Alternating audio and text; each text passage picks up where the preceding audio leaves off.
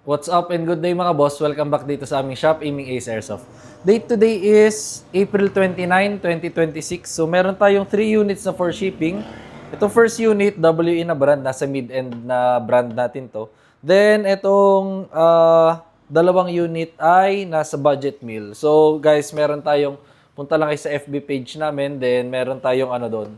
Makikita yung sa mga post namin, punta kayo sa comment section. So nandun lahat ng links, yung Airsofts na link, budget meals na link. So, mga proof of transactions namin sa, or legit check na link nandoon din. So, lahat naman makikita nyo doon. Lahat ng binibenta namin makikita nyo doon.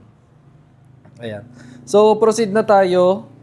First unit, WE Glock 19 Gen 5 kay Boss Jerry of General Santos City, South Cotabato. So, unit ni Bossing, Glock 19 Gen 5. So, kapag Glock guys, lahat ng Glock, metal yung slide, polymer yung lower frame. So, wala talagang nilabas si Glock na full metal. Sadyang lahat ay polymer yung lower frame. Kahit real steel, guys. Kahit totoo. Same lang. Then, Glock 19, mas maliit to sa Glock 17. Kasi standard size nila, Glock 17. So, mas maliit lang to ng konti. Mas maiksi yung slide, tsaka mas maiksi yung grip. Yan. So, meaning, kapag mas maiksi yung grip, mas lower din yung magazine capacity. Ang 17, yung standard is 25 rounds. Ito naman ay nabawasan lang ng 5. So, 20 rounds. Ayan. Madami pa rin. So, ayan. Try natin ang unit ni Bossing.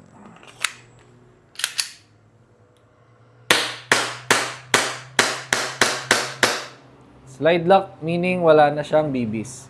So, kapag ganyan, release the magazine, then release the slide, atake na lang. Rest the hammer by pressing the trigger. So guys, iba talaga pagka-solid ng WE. Ayan. So lagi naming nire-recommend kapag abot ng budget nyo or kaya ng budget nyo, go for WE. Any, kahit anong unit sa WE, maganda talaga. Ayan. So syempre, para pipili kayo ng gusto nyong design. Pero kahit ano naman sa WE, maganda talaga. Kahit high kappa, 1911 or Glocks, lahat yan maganda. Tsaka solid yung feel ng putok, yung performance, yung tibay. Ayan, maganda talaga. So, proceed na tayo sa next unit. Double Bell 721 kay Boss Andrew of Digos City, Davao del Sur. So, ito unit ni Bossing. Double Bell 721. So, nasa budget meal na folder natin siya. Then, ito yung Glock 17. Ito yung standard na size. So, pakita ko sa inyo yung difference. Ayan.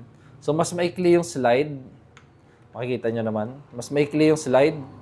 Then, pati yung grip. Mas maikli din siya. Ay mas mahaba yung grip nito ng Glock 17, tapos mas mahaba din yung slide ng Glock 17. Same lang, metal slide, polymer lower frame. Magazine capacity is 25 rounds. So, try natin.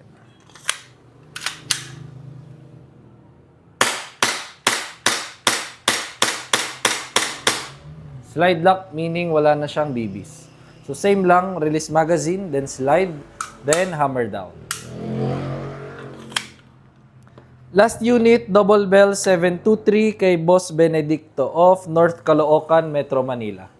Ito unit ni Bossing. 723 Double Bell. Ito yung 1911 na classic. So full metal. Metal yung slide. Metal yung lower frame. Ayan. Kapag mahilig kayo sa classic na design. So ito. Sobrang classic niya. May mga naghahanap kasi talaga ng mga mga classic na designs. So, ayan. Meron tayo. Magazine capacity, 25 rounds na metal magazine. Try natin.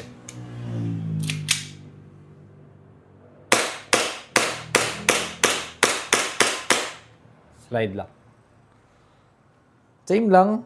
Magazine, slide, then hammer down.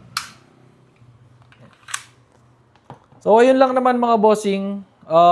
Process na rin namin itong shippings nyo. Maraming salamat ulit. Then, if may inquiries kayo, message lang kayo sa aming page, Aiming Ace by CJO. Thank you.